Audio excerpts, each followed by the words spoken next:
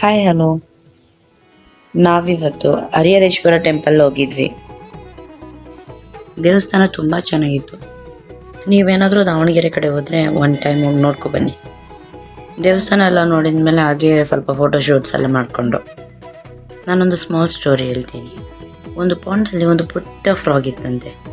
ಅದ್ರ ಪುಟ್ಟ ಫ್ಯಾಮಿಲಿ ಜೊತೆ ಯಾವಾಗಲೂ ಅನ್ನಿಸ್ತೈತಂತೆ ನಾನು ಹೊಸ ಹೊಸ ಪ್ಲೇಸಸ್ ನೋಡಬೇಕು ಅಂತ. ಒಂದಿನ ಧೈರ್ಯ ಮಾಡಿ ಪಾಂಡಿಯಿಂದ ಹೊರಗಡೆ ಹೋಯ್ತಂತೆ. ದಾರಿಲಿ ಪಕ್ಷಿಗಳು, ಮರಗಳು, ಮತ್ತೆ ಟೆಂಪಲ್ನ ನೋಡ್ಕೊಂಡು ಅದಕ್ಕೆ ಸಖತ್ ಖುಷಿ ಆಯ್ತಂತೆ. ಅದು ಒಂದು ವಿಷಯ ಅರ್ಥ ಮಾಡ್ಕೋತಂತೆ, ನಾವು ಭಯದಿಂದ ಒಂದೇ ಜಾಗದಲ್ಲಿ ಉಳಿದ್ರೆ ಯಾವುದೇ ಥರ ಹೊಸ ಅನುಭವ ಸಿಗೋದಿಲ್ಲ ಅಂತ.